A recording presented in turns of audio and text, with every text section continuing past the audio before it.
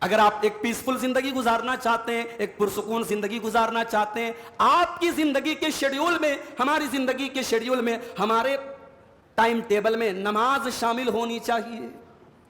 اس لیے کہ جب بندہ نماز پڑھتا ہے، اللہ قرآن میں کہتا ہے وَاسْجُدْ وَاقْتَرِبْ، اے میرے بندے تو سجدہ کر کے اپنے رب سے قریب ہو جا. جب بندہ سجدہ کرتا ہے، جب اللہ کی بارگاہ میں جھکتا ہے، تو جتنا جھکتا ہے اتنا زیادہ وہ اللہ کے قریب ہوتا چلا جاتا ہے.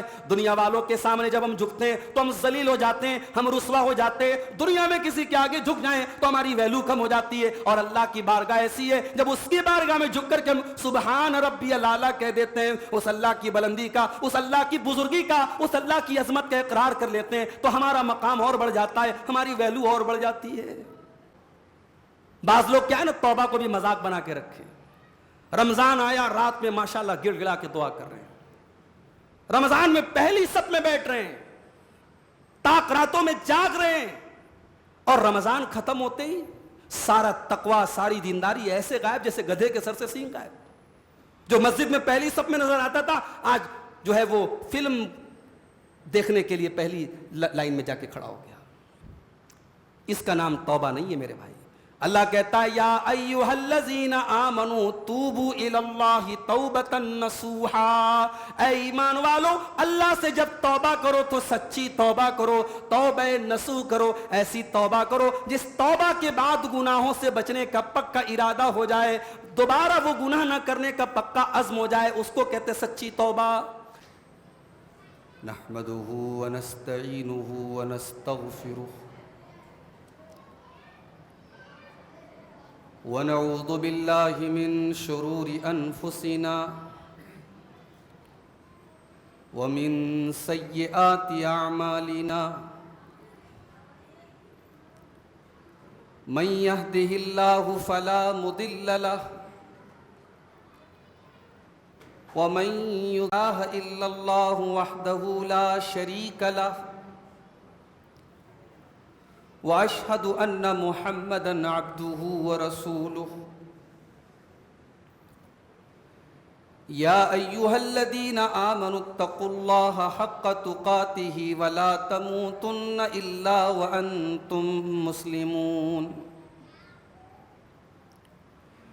یا ایھا الناس اتقوا ربکم الذی خلقکم من نفس واحدہ وخلق منها زوجها وبث منهما رجالا كثيرا ونساء واتقوا الله الذي تساءلون به والأرحام إن الله كان عليكم رقيبا.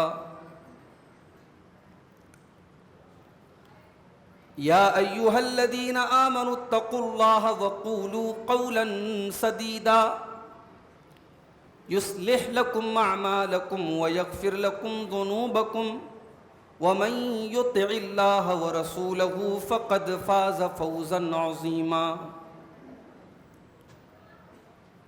أما بعد فإن خير الحديث كتاب الله وخير الهدي هدي محمد صلى الله عليه وسلم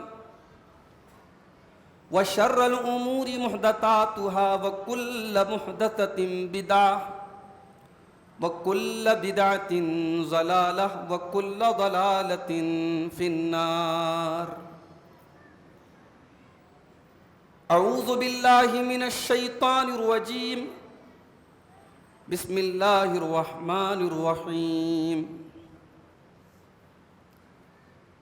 من عمل صالحا من ذكر أو أنثى وهو مؤمن فلنحيينه حياة طيبة وَلَنَجْزِيَنَّهُمْ أَجْرَهُمْ بِأَحْسَنِ مَا كَانُوا يَعْمَلُونَ.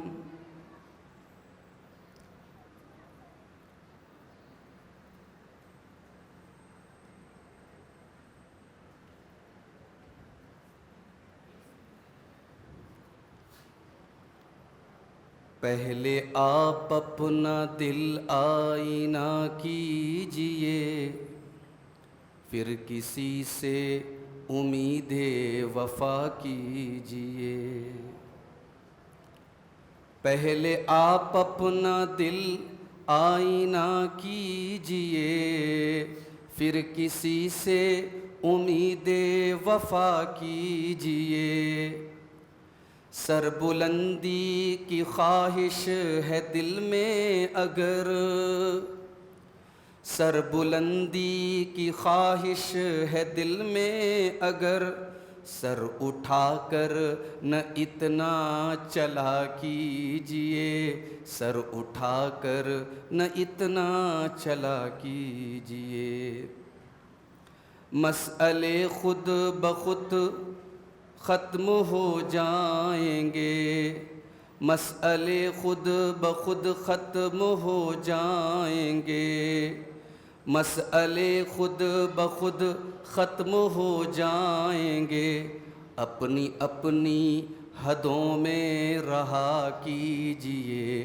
اپنی اپنی حدوں میں رہا کیجئے، اتنی سنجیدگی بھی مناسب نہیں، اتنی سنجیدگی بھی مناسب نہیں، گاہے گاہے میاں ہنس لیا کیجئے، گاہے گاہے میاں ہنس لیا کیجئے، پیکر مصلحت ہے ہر ایک آدمی، پیکر مصلحت ہے ہر ایک آدمی، کس سے ملیے کسے رہنما کیجئے، پہلے آپ اپنا دل آئینہ کیجئے، پھر کسی سے امید وفا کیجئے۔ محترم حضرات، بزرگوں، نوجوان ساتھیوں، ماؤں اور بہنوں، پیارے بچوں، رمضان المبارک کے آخری عشرے میں ہم سب داخل ہو چکے ہیں۔ آج کی رات رمضان کی 21ویں رات ہے، اور یہ 5 طاق راتیں جو بڑی قیمتی راتیں ہیں، اور جن میں سے کوئی ایک رات 1000 مہینوں سے بہتر ہے،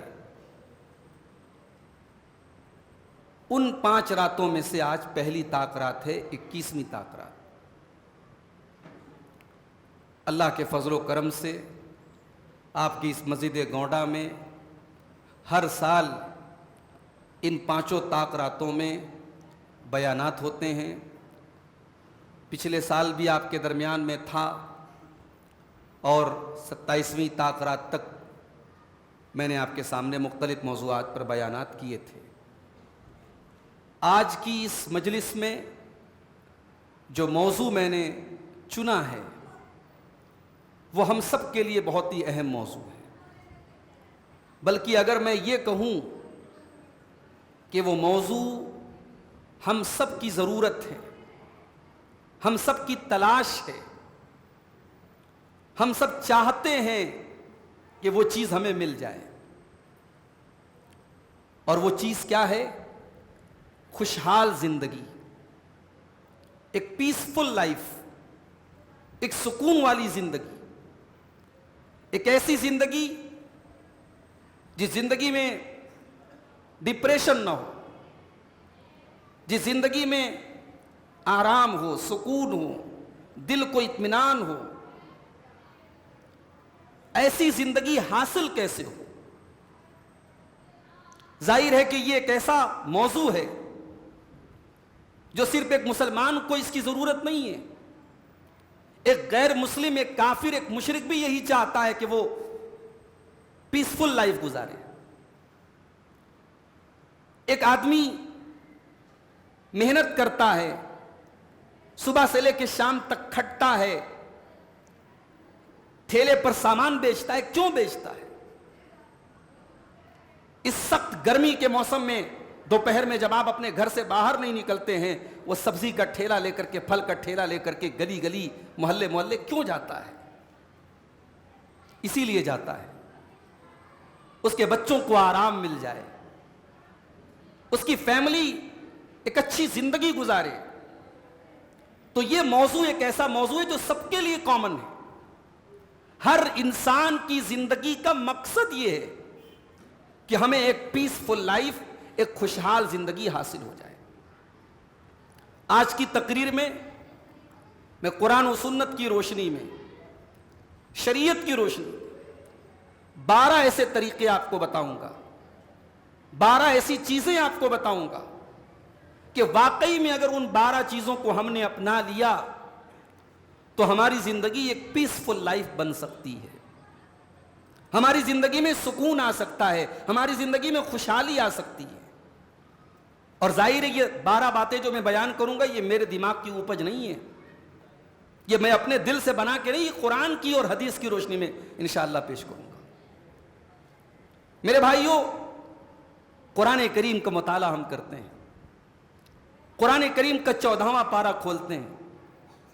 سورۃ النحل میں اللہ تعالیٰ فرماتا ہے من عمل صالحا من ذکر او انثی وہو مؤمن، جو بھی نیک عمل کرے گا اور وہ ایمان والا ہوگا، من ذکر او انثی، چاہے وہ مرد ہو چاہے وہ عورت ہو.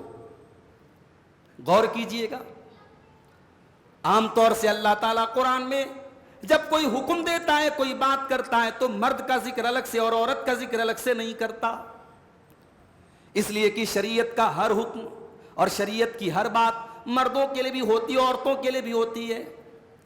جہاں کوئی ڈفرنس بیان کر دیا جائے اور جہاں یہ بتا دیا جائے کہ یہ حکم صرف مردوں کے لیے یا یہ حکم صرف عورتوں کے لیے، وہاں کا مسئلہ الگ ہے. ورنہ عام طور سے طریقہ یہی ہے، قرآن کہتا ہے نماز پڑھو، مردوں کو بھی پڑھنا ہے عورتوں کو بھی پڑھنا ہے. قرآن کہتا ہے زکوٰۃ ادا کرو، مردوں کو بھی دینا عورتوں کو بھی دینا ہے. قرآن کہتا ہے حج فرض ہے، مردوں کے اوپر بھی فرض عورتوں کے اوپر بھی فرض ہے. قرآن کہتا ہے کتب علیکم الصیام، روزے فرض ہیں، مردوں کے اوپر بھی فرض ہے عورتوں کے اوپر بھی فرض ہے. مگر یہاں اللہ تبارک و تعالی خاص طور سے منشن کر رہا ہے من عمل صالحا من ذکر او انثی، جو بھی نیک عمل کرے گا اور وہ ایمان والا ہوگا، من ذکر چاہے وہ میل ہو، او انثی چاہے وہ فیمیل ہو، وہ مرد ہو یا عورت ہو. یہ 2 کام اگر وہ کر لے، نیک عمل کر لے اور ایمان والا بن جائے، یہ 2 کام اگر کوئی مرد کر لے کوئی عورت کر لے، اللہ فرماتا ہے فَلَنُحْيِيَنَّهُ حَيَاتًا طَيِّبَةً، ہم اسے ایک سکون والی زندگی عطا فرمائیں گے، اسے ایک لگزریس زندگی عطا فرمائیں گے، اسے ایک پیسفل زندگی ہم عطا فرمائیں گے، اسے پاکیزہ زندگی ہم عطا فرمائیں گے. وَلَنَجْزِيَنَّهُمْ أَجْرَهُمْ بِأَحْسَنِ مَا كَانُوا يَعْمَلُونَ، اور آخرت میں اس کے عمل کا پورا بدلہ دیں گے. کیا بیٹا وہ چاہیے؟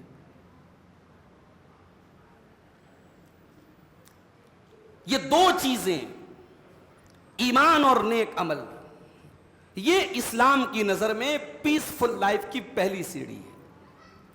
اگر آپ کو ایک پرسکون زندگی گزارنا ہے، آپ کو اپنی زندگی میں ایمان لانا ہوگا، توحید لانی ہوگی. مشرک کا حال کیا ہے؟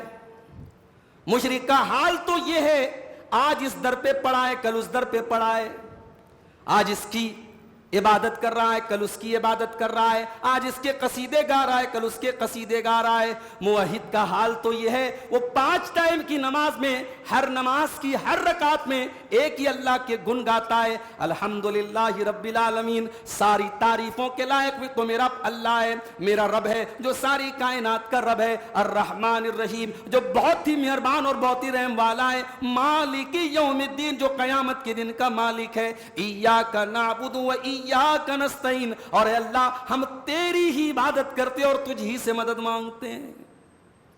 مومن بھٹکتا نہیں ہے، مومن کا سینٹر ایک ہے، مومن کا ملجا اور ماوا ایک ہے. دعائے قنوت میں اللہ کے نبی سے جو الفاظ ثابت ہیں، دعائے قنوت میں ایک لفظ یہ بھی ملتا ہے، لا ملجا ولا منجا منکا الا الیک، اے اللہ تو پناہ نہ دے تو مجھ کو کوئی پناہ دینے والا نہیں، تو نجات نہ دے تو مجھے کوئی نجات دینے والا نہیں. مجھے پناہ اگر ملتی ہے تو تیری بارگاہ میں ملتی ہے، مجھے سکون ملتا ہے تو اے اللہ تیرے در پر ملتا ہے. یہ پہلی چیز ہے میرے بھائی، توحید ہونی چاہیے. اور توحید ہے اور آپ کے اندر عمل نہیں ہے تو آپ کی مثال اور ہماری مثال اس پیڑ کی طرح ہے. پیڑ تو بڑا مضبوط ہے, پیڑ کے تنے تو بڑے مضبوط ہیں, پیڑ کی جڑیں تو بڑی مضبوط ہیں, مگر پیڑ کے اوپر پھل موجود نہیں ہے. میرے پیارے ساتھیوں, اگر ایمان جڑ کا نام ہے, اگر ایمان تنے کا نام ہے, اگر توحید اس پیڑ کی مضبوطی کا نام ہے, تو اس کے پھل جو ہیں وہ ہماری نیکیاں ہیں. جب تک اللہ فرماتا ہے من عمل صالحا, جب تک ہم نیک عمل نہ کریں گے, ہم اللہ کا وعدہ ہے ہم خوشحال زندگی ہم کو نہیں ملے گی. تو ایمان والا اور نیک عمل والا, یہ دو چیزیں جس کے اندر پائی جائیں گی, اللہ کہتا ہے اسے ہم خوشحال زندگی عطا فرمائیں گے. اللہ قرآن میں سورہ رعد میں فرماتا ہے الذین آمنوا وعملوا الصالحات, جو ایمان والے ہیں اور جو نیک عمل کرنے والے, طوبی لہم وحسن مآب, ان کو توبہ ملے گی اور ان کو بہترین ٹھکانہ ملے گا. یہ توبہ کس کو بولتے ہیں؟ توبہ کا مطلب ہوتا ہے برکت, توبہ کا مطلب ہوتا ہے پلیزر, خوشی. ان کو اللہ دنیا میں بھی خوشی دے گا, اور جنت کا بھی ایک نام توبہ ہے. اس لیے بچی پیدا ہو تو بچی کا نام توبہ رکھ سکتے, بہت پیارا نام ہے. یہ الٹے سیدھے جو نام رکھتے ہو نا انٹرنیٹ دیکھ کر کے, وہ سب نام مت رکھا کرو. بچی پیدا ہو توبہ نام رکھو. فالذین آمنوا وعملوا الصالحات, جو نیک عمل کریں, جو ایمان والے بن جائیں, طوبی لہم وحسن مآب, اللہ فرماتا ان کو توبہ ملے گی, ان کو جنت ملے گی اور بہترین ٹھکانہ ملے گا. دنیا میں بھی ان کو بہترین زندگی ملے گی اور آخرت میں بھی ان کو جنت ملے گی, بہترین ٹھکانہ ملے گا. اور اگر ایمان سے ہٹ گئے تو ہو سکتا ہے کہ آپ کے پاس دولت بہت آ جائے, ہو سکتا ہے کہ آپ دنیا میں نام بہت کما لیں, مگر پیسفل لائف, پرسکون زندگی حاصل نہیں ہو سکتی. اللہ قرآن میں فرماتا ہے وَمَنْ أَعْرَضَ عَنْ ذِكْرِي فَإِنَّ لَهُ مَعِيشَةً ضَنْكًا, جو میرے ذکر سے منہ موڑتا ہے, جو میری شریعت کو چھوڑ دیتا ہے, جو میرے قرآن کو چھوڑ دیتا ہے, ہم اس کی زندگی کو پریشانیوں والی زندگی بنا دیں گے. وَنَحْشُرُهُ يَوْمَ الْقِيَامَةِ أَعْمَى, اور ہم قیامت کے دن اس کو اندھا بنا کر کے اٹھائیں گے. بعض علماء نے کہا کہ زنکا, جو یہاں اللہ نے زنکا کہا, زنکا سے مراد قبر کے اندر اللہ تعالیٰ قبر کو تنگ کر دے گا. جس انسان کی زندگی میں ایمان نہ ہو, توحید نہ ہو, اس کی قبر کی زندگی بھی بہت پریشانی والی, قبر کو اللہ تعالیٰ تنگ کر دے گا. اور قیامت کے دن اللہ اندھا بنا کر کے اٹھائے گا. قال رب لم حشرتنی اعمی, بندہ کہے گا اے میرے پروردگار تو مجھے اندھا بنا کر کے کیوں اٹھا رہا ہے؟ قال کذالک اتتک آیاتنا فنسیتها, اللہ فرمائے گا میری توحید کی کھلی ہوئی نشانیاں تیرے سامنے تھی, میرے دین کی نشانیاں تیرے سامنے تھی, تو ان کو دیکھ کر کے اندھا بن گیا تھا, ہم آج تجھے اندھا بنا دیں گے. فنسیتها, ہمارے دین کو تو نے بھلا دیا تھا. وکذالک اليوم تنسى, ہم تجھ کو بھلا دیں گے. تو ایمان اور عمل صالح, ایک پیسفل لائف کا یہ پہلا فارمولا ہے میرے بھائی. ایمان ہونا اور نیک عمل ہونا. ایمان کا اپوزٹ کیا ہے؟ شرک ہے, کفر ہے. اور نیک عمل کا اپوزٹ کیا ہے؟ گناہ ہے, حرام کام ہے, بدکاری ہے, غلط کام ہے. ان دونوں سے بچنا ہے ہمیں. جانتے ہو مشرک کی مثال اللہ نے کیا دی ہے؟ سورہ حج کے اندر اللہ نے مشرک کی مثال دی. وَمَن يُشْرِكْ بِاللَّهِ فَكَأَنَّمَا خَرَّ مِنَ السَّمَاءِ فَتَخْطَفُهُ الطَّيْرُ أَوْ تَهْوِي بِهِ الرِّيحُ فِي مَكَانٍ سَحِيقٍ. اللہ نے فرمایا جو اللہ کے ساتھ شرک کرتا ہے اس کی مثال ایسی ہے جیسے کوئی آسمان سے گرا, کوئی آسمان سے گر جائے. فَكَأَنَّمَا خَرَّ مِنَ السَّمَاءِ, کوئی آسمان سے گر جائے. فَتَخْطَفُهُ الطَّيْرُ, اور پرندے اس کو نوچ نوچ کے لے کے چلے جائیں, پرندے اس کو اچک کے لے کے چلے جائیں. أَوْ تَهْوِي بِهِ الرِّيحُ فِي مَكَانٍ سَحِيقٍ, یا ہوا اس کو کہیں دور لے جا کر کے پھینک دے.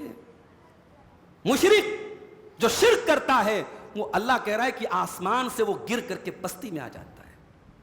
توحید آپ کو بلندی دیتی ہے میرے بھائی. توحید آپ کو ان لوگوں کی کیٹیگری میں شامل کرتی ہے جو اپنے مالک کو پہچانتے, اپنے رب کو پہچانتے ہیں. اس لیے مرتے دم تک اس امانت کی حفاظت کرنا ہے میرے بھائی. اس سے قیمتی کوئی دولت نہیں ہے. دنیا میں دولت کما بھی لی تو کیا, دنیا میں نام کما بھی لیے تو کیا, اگر آخرت میں توحید نہ ہوگی تو میرے بھائی دنیا کی دولت کسی کام کی نہیں ہوگی. اور دنیا سے بھکاری بن کے بھی گئے, فقر حال بن کے گئے, فقیر بن کے گئے, اور آخرت میں اگر یہ پونجی ہمارے پاس ہے, یہ کیپٹل ہے, اللہ کی قسم ہم کامیاب ہو جائیں گے.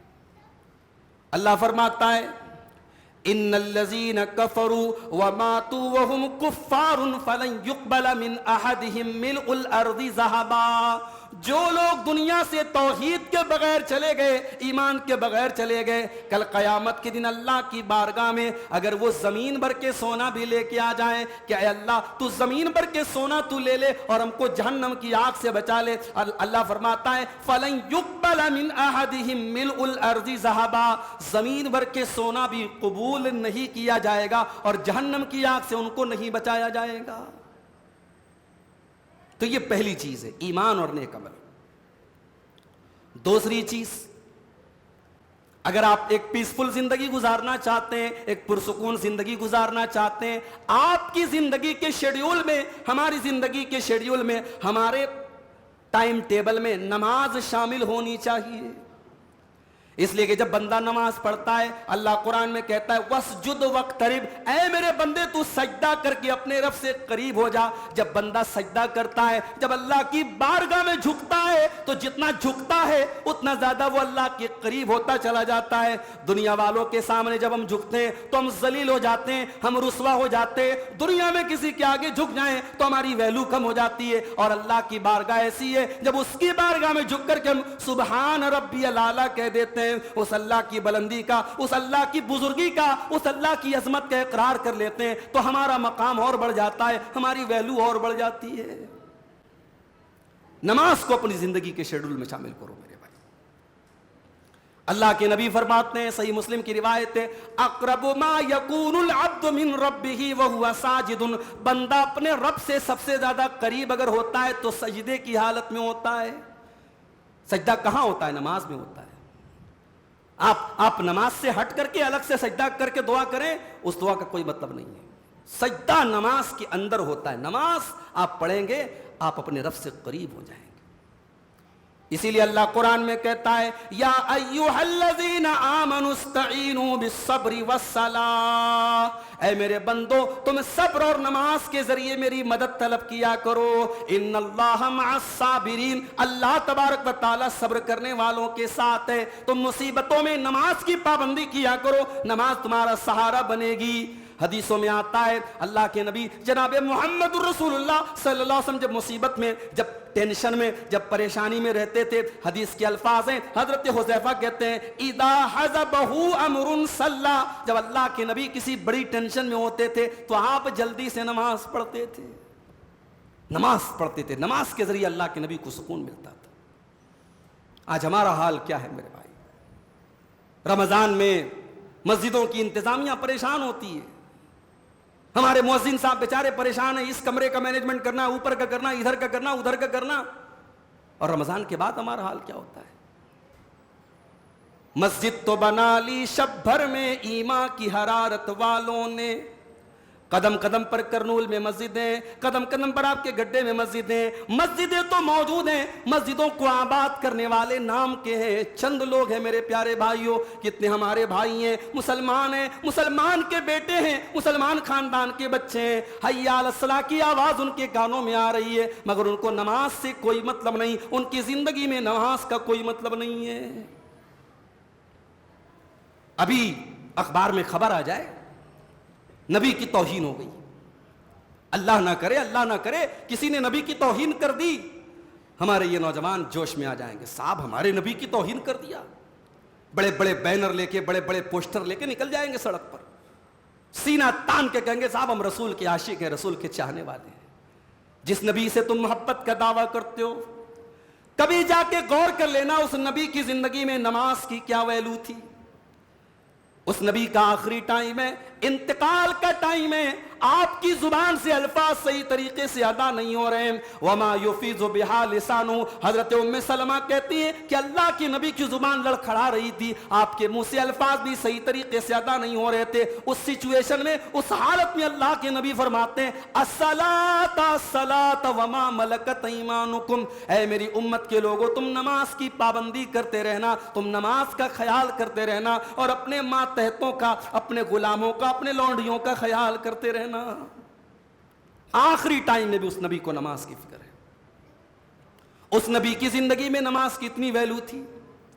جنگ خندق لڑی جا رہی ہے, پورے کافروں اور مشرکوں نے مل کر کے مدینہ کے اوپر حملہ کیا ہوا ہے, اور مدینہ کو سیف کرنے کے لیے اور مدینہ کو بچانے کے لیے صحابہ کرام 24 گھنٹے ڈیوٹی دے رہے ہیں, اور خندق کھودی گئی ہے اور اپنا ڈیفنس کر رہے ہیں. صحابہ کرام جنگ لڑ رہے ہیں. اسی جنگ کے دوران اسی سچویشن میں, انہی حالات میں عصر کی نماز چھوٹ جاتی ہے, جماعت کا ٹائم ختم ہو جاتا ہے, سورج غروب ہو جاتا ہے, مغرب کا ٹائم آ جاتا ہے. اللہ کے نبی جلدی کسی کے اوپر بد دعا نہیں کرتے تھے, مگر آج اس جنگ کی وجہ سے اور ان کافروں کی وجہ سے جب آپ کی عصر کی نماز چھوٹ گئی, آپ نے فرمایا مَلَأَ اللَّهُ بُيُوتَهُمْ وَقُبُورَهُمْ نَارًا, اللہ ان کافروں کے گھروں کو جہنم کی آگ سے بھر دے, اللہ ان کی قبروں کو آگ سے بھر دے. شغلونا عن الصلاۃ الوسطی, ان کی وجہ سے ہماری نماز چھوٹ گئی, ان کی وجہ سے ہماری نماز قضا ہو گئی. نبی کی ایک نماز چھوٹی تو نبی کے زبان سے غصے میں بد دعا نکلی ہے. میرے بھائی, ہماری تو ان گنت نمازیں چھوٹ رہی ہیں, ہماری زندگی گزر رہی ہے, ہماری دکان چل رہی ہے, ہماری جاب چل رہی ہے, ہمارا بزنس چل رہا ہے, ہمیں کیا فرق پڑتا ہے؟ ایک مومن کی زندگی میں نماز ضروری چیز ہے. میرے بھائی, ابراہیم علیہ السلام کو دیکھو, اللہ نے حکم دیا کہ ابراہیم جاؤ مکہ کی سرزمین پر اپنی بیوی بچے کو چھوڑ کے چلے آؤ.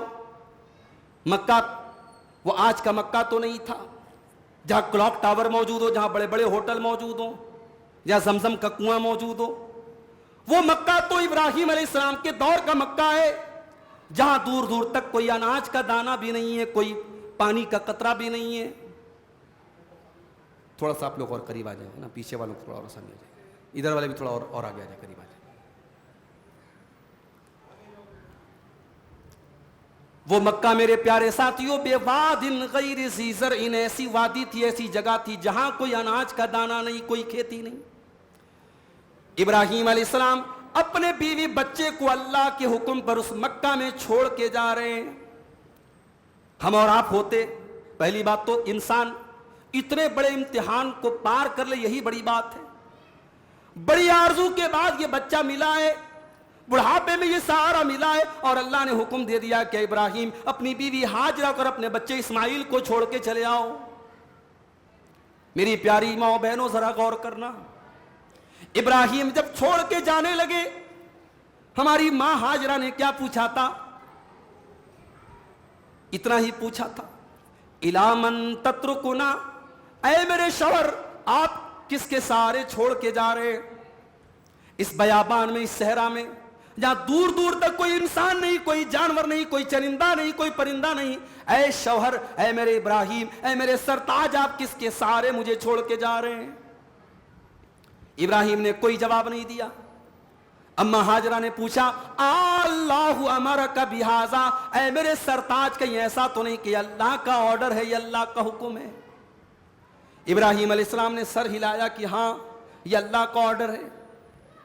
لوگ کہتے کہ عورت بڑی کمزور ہوا کرتی ہے, لوگ کہتے کہ عورت بڑی جذباتی ہوتی ہے, عورت بڑی نازک ہوتی ہے. میں کہتا ہوں کہ عورت ایمان والی بن کے تو دکھائے, عورت اپنے ایمان کو مضبوط تو کر کے دکھائے. ہمیں تو عورت بڑی مضبوط نظر آتی ہے. ہم نے تو تاریخ میں جب بھی پڑھا تو سمیہ کے جیسی مضبوط عورتیں ہم کو ملتی ہیں, ہمیں مریم کے جیسی مضبوط عورتیں ملتی ہیں, اور ہمیں ہاجرہ کے جیسی مضبوط عورت ملتی ہے. جب اتنا سنا کہ یہ اللہ کا آرڈر ہے, یہ اللہ کا حکم ہے, ہاجرہ کے ماتھے پر کوئی بل نہ پڑا, ان کے سینے پر, ان کے دل میں کوئی ڈر نہ آیا, ان کے چہرے پر کوئی خوف نہ آیا. بڑے اطمینان سے جواب دیا, اذن لا یضیعن اللہ ابدا, اے میرے سرتاج, اگر اللہ کا آرڈر ہے آپ شوق سے چلے جائیں, اللہ ہم کو برباد نہیں کرے گا, اللہ ہم کو ختم نہیں کرے گا.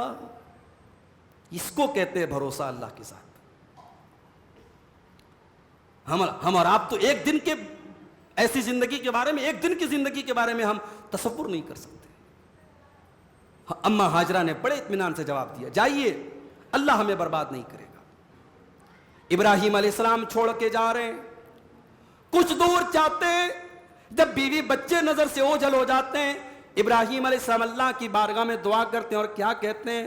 ہم اور آپ ہوتے تو کیا دعا کرتے؟ اے اللہ میری بیوی کی حفاظت فرمانا، اے اللہ میرے بچے کی حفاظت فرمانا، اے اللہ ان کی روزی روٹی کا انتظام کر دینا، اے اللہ ان کی زندگی میں کوئی پریشانی نہ آئے۔ ابراہیم نے کیا دعا کی؟ ربنا انی اسکنت من ذریتی بواد غیر ذی زرع عند بیتک المحرم، اے اللہ میں اپنی اولاد کو تیرے پاک گھر کے پاس چھوڑ کے جا رہا ہوں، تیرے حرمت والے اور احترام والے گھر کے پاس چھوڑ کے جا رہا ہوں۔ ربنا لیقیموا الصلاۃ، اے اللہ میری اولاد کو توفیق دینا کہ وہ یہاں نماز قائم کریں۔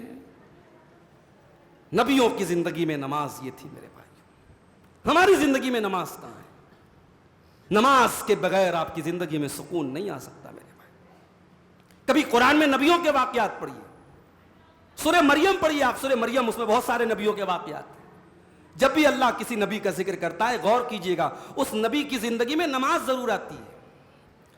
وَاذْكُرْ فِي الْكِتَابِ إِسْمَاعِيلَ إِنَّهُ كَانَ صَادِقَ الْوَعْدِ وَكَانَ رَسُولًا نَبِيًّا، اور یاد کرو میرے بندے اسماعیل کو، وہ اللہ کا سچا نبی اور سچا رسول تھا۔ وَكَانَ يَأْمُرُ أَهْلَهُ بِالصَّلَاةِ، اور وہ اپنے گھر والوں کو نماز کا حکم دیا کرتا تھا۔ گھر والوں کو نماز کا حکم دینا یہ بھی نبیوں کی پہچان ہے میرے بھائی۔ اسی لیے اللہ کے نبی فرماتے ہیں جب تمہارے بچے 7 سال کے ہو جائیں ان کو نماز کا حکم دو، اور جب تمہارے بچے 10 سال کے ہو جائیں اور نماز نہ پڑھے تو ان کی پٹائی کرو۔ یہ تربیت بھئی 7 سال کے بچے پر نماز فرض تو نہیں ہے، 10 سال کے بچے کے اوپر بھی نماز فرض نہیں ہے، نابالغ ہے ابھی وہ بچہ، مگر اللہ کے نبی نے حکم دیا کہ بچے کو عادی بناؤ نماز کا۔ جو بچہ 7 سال سے لے کر کے 10 سال تک کنٹینیو 3 سال جاڑا گرمی برسات ہر موسم میں نماز پڑھے گا نا، جب وہ 15 سال کا 16 سال کا جوان ہو جائے گا تب آپ کو کہنا نہیں پڑے گا، وہ نماز کے لیے آٹومیٹک آ جائے گا مسجد میں۔ میری پیاری ماں بہنوں، آپ گھر میں جب مصلی بچھایا کریں، جب آپ نماز پڑھنے کے لیے کھڑی ہوا کریں، اپنی بچیوں کو بھی نماز میں شامل کر لیا کرو۔ یہ نبیوں کی پہچان ہے، یہ نبیوں کی بیویوں کی پہچان ہے کہ وہ اپنی فیملی کے اوپر بھی نظر رکھتی تھیں۔ اسی رمضان کے آخری عشرے کے بارے میں اماں عائشہ فرماتی ہیں جب رمضان کا آخری عشرہ آتا تھا اللہ کے پیارے نبی رات بھر خود بھی جاگتے تھے، وَأَيْقَظَ أَهْلَهُ، اور اپنے گھر والوں کو جگاتے تھے۔ کس لیے جاگتے تھے؟ نماز پڑھتے تھے، دعائیں کرتے تھے، تلاوت کرتے تھے، اللہ کا ذکر کرتے تھے۔ تو میرے بھائیوں اگر خوشحال زندگی چاہیے تو اس میں نماز ضروری ہے، نماز کے بغیر ہم خوشحال زندگی نہیں گزار سکتے۔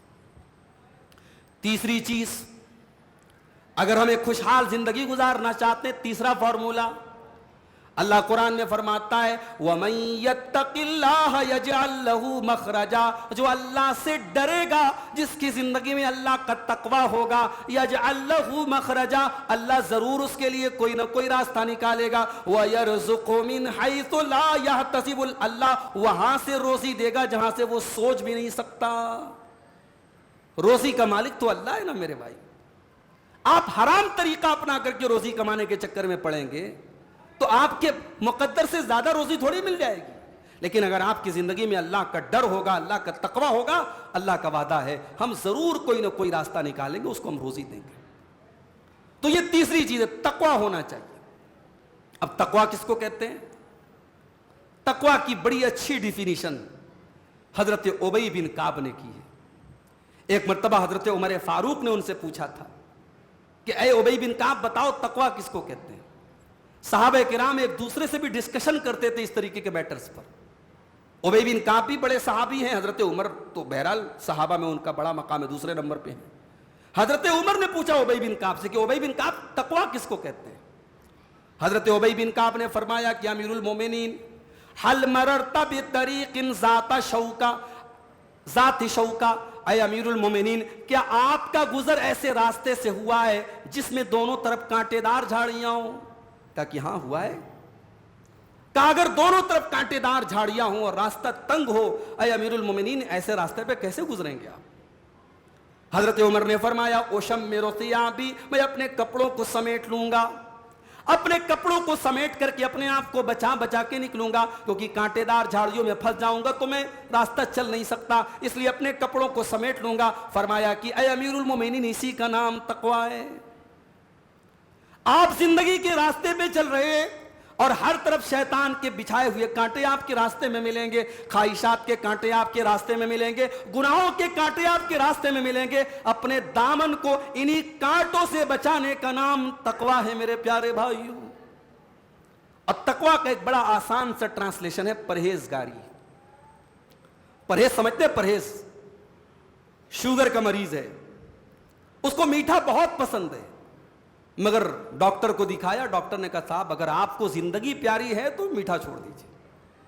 چکن بہت پسند ہے، ڈاکٹر نے کہا چکن نہیں کھانا آپ کو، چاول آپ کو نہیں کھانا۔